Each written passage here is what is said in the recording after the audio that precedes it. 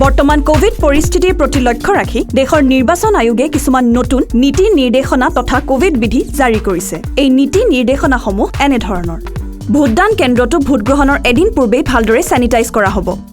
ভোটদানৰ দিনা পোলিং বিষয়া তথা প্ৰিজাইডিং বিষয়াই পোনপ্ৰথমে ভোটদান কেন্দ্ৰটোৰ ভিতৰত সকলো যাৱতীয় প্ৰস্তুতি চলাব। ভোটগ্ৰহণৰ সৈতে জড়িত সকলো লোকে সামাজিক ব্যৱধান মানি নিজৰ নিজৰ আসনত অৱস্থান কৰিব আৰু উপস্থিত থকা সকলো পোলিং বিষয়া আৰু নিৰাপত্তাৰক্ষীয়ে মাস্ক, চেনিটাইজাৰ, ফেচ শিল্ড আৰু গ্লাভছ ব্যৱহাৰ কৰিব।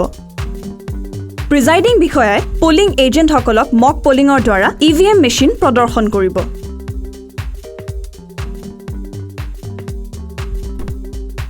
প্ৰতিটো ভোটদান কেন্দ্ৰৰ প্ৰৱেশ দ্বাৰত চেনিটাইজাৰৰ লগতে চাবোন আৰু পানীৰ ব্যৱস্থা থাকিব। তাৰোপৰি ভোটদান কেন্দ্ৰৰ প্ৰৱেশ পথত থাৰ্মেল স্কেনাৰ থাকিব, যাৰ সহায়ত পোলিং ষ্টাফ, পেৰামেডিকেল ষ্টাফ বা আশা কৰ্মীয়ে প্ৰতিগৰাকী ভোটাৰৰ শৰীৰৰ উষ্ণতা পৰীক্ষা কৰিব। মাস্ক পৰিধান নকৰাকৈ অহা ভোটাৰৰ বাবে মাস্কৰ যোগান ধৰা হ'ব। নিৰ্ধাৰিত উষ্ণতাতকৈ বেছি উষ্ণতা থকা ভোটাৰৰ দুবাৰকৈ উষ্ণতা পৰীক্ষা কৰা হ'ব আৰু তাৰ পিছতো উষ্ণতা একেই থাকিলে তেনে ব্যক্তিক একোটা টোকেন প্ৰদান কৰি ভোটদান কেন্দ্ৰত নিৰ্মাণ কৰা নিৰ্দিষ্ট আশ্ৰয়স্থল বা ঘৰত জিৰণি ল'বলৈ কোৱা হ'ব। তেনে লোকক ভোটদানৰ অন্তিম ঘণ্টাটোত ভোট দিবলৈ সুবিধা প্ৰদান কৰা হ'ব। একেদৰে কোৱাৰেণ্টাইনত থকা কোভিড ৰোগীকো সম্পূৰ্ণ কোভিড বিধিৰ মাজেৰে অন্তিম ঘণ্টাতহে ভোটদানৰ সুবিধা দিয়া হ'ব। পুৰুষ, মহিলা আৰু বিশেষভাৱে সক্ষম লোক বা জ্যেষ্ঠ নাগৰিকৰ বাবে পৃথক পৃথককৈ 3টা শাৰী থাকিব। শাৰী পাতি থাকোঁতে যাতে প্ৰতিগৰাকী ভোটাৰৰ মাজত 6 ফুট দূৰত্ব থাকে তাৰ বাবে নিৰ্দিষ্ট চিহ্নৰ ব্যৱস্থা থাকিব। কোনো প্ৰাপ্তবয়স্ক বা বিশেষভাৱে সক্ষম ভোটাৰ থাকিলে BLO কৰ্মীয়ে তেওঁক ভোটাধিকাৰৰ আগতীয়া সুবিধা প্ৰদান কৰিব। এটা সময়ত কেৱল এগৰাকী ভোটাৰকহে প্ৰতিগৰাকী পুলিং বিষয়াৰ সন্মুখত শাৰীৰিক দূৰত্ব বজাই ৰাখি থিয় হ'বলৈ অনুমতি দিয়া হ'ব।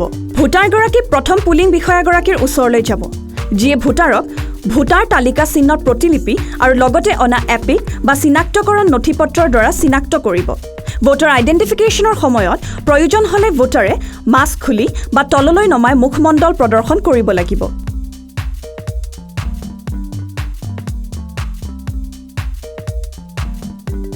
তাৰ পিছত ভোটাৰগৰাকী দ্বিতীয় পুলিং বিষয়াগৰাকীৰ ওচৰলৈ যাব, যিয়ে ভোটাৰগৰাকীৰ বাওঁহাতৰ তৰ্জনী আঙুলিত কোনো চিন আছে নেকি পৰীক্ষা কৰি ভোটাৰগৰাকীক ভোটাৰ ইনফৰমেশ্যন শ্লিপ এখন প্ৰদান কৰিব।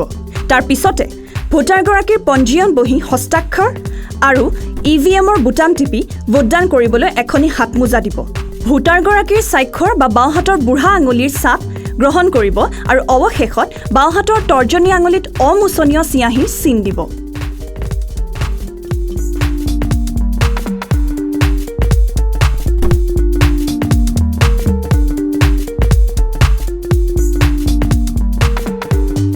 ইয়াৰ পিছত ভোটাৰগৰাকী তৃতীয় পুলিং বিষয়াগৰাকীৰ ওচৰলৈ যাব, যিয়ে ভোটাৰগৰাকীৰ ভোটাৰ ইনফৰমেশ্যন শ্লিপখনি আৰু তেওঁৰ বাওঁহাতৰ তৰ্জনী আঙুলিত থকা অমোচনীয় চিয়াঁহীৰ চিন পৰীক্ষা কৰিব। তাৰ পিছত তেওঁ ভোটদান কোষত ৰখা বেলট ইউনিটটো সক্ৰিয় কৰিব আৰু ভোটাৰক আগবাঢ়িবলৈ অনুমতি দিব। ভোটাৰগৰাকীয়ে ভোটদান কোষত প্ৰৱেশ কৰি EVM মেচিনত বুটাম টিপি তেওঁৰ ভোটাধিকাৰ সাব্যস্ত কৰাৰ লগে লগে VVPATত ভোটদান সম্পন্ন হোৱাৰ সংকেত ৰূপে এখনি শ্লিপ ওলাব। ইয়াৰ পিছতেই ভোটাৰগৰাকীয়ে ভোটদান কেন্দ্ৰৰ পৰা প্ৰস্থান কৰিব।